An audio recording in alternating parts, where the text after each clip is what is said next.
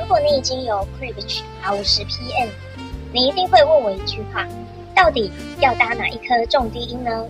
今天小编直接用最简单的方式告诉你答案。R50PM 是主动式喇叭，插电就能用，声音干净，解析度好。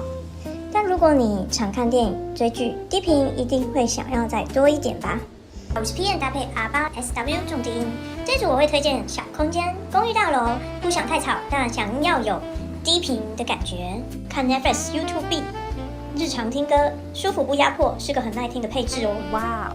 第二组是 R50PM 搭配 C9102，这一组就很明确了。如果你想要的是电影的冲击感、下潜感，心脏会震一下的那种低频，客厅够大，C9102就会让 50PM 直接变成小剧院系统哦。所以呢，不是哪一颗重低音比较好哦，而是你想要怎么听呢？想要刚刚好，每边都很舒服，你可以选 R8SW 重低音；想要电影感、震撼感，你可以选 C912。如果你不知道自己适合哪一组，欢迎到圣院门试试听哦。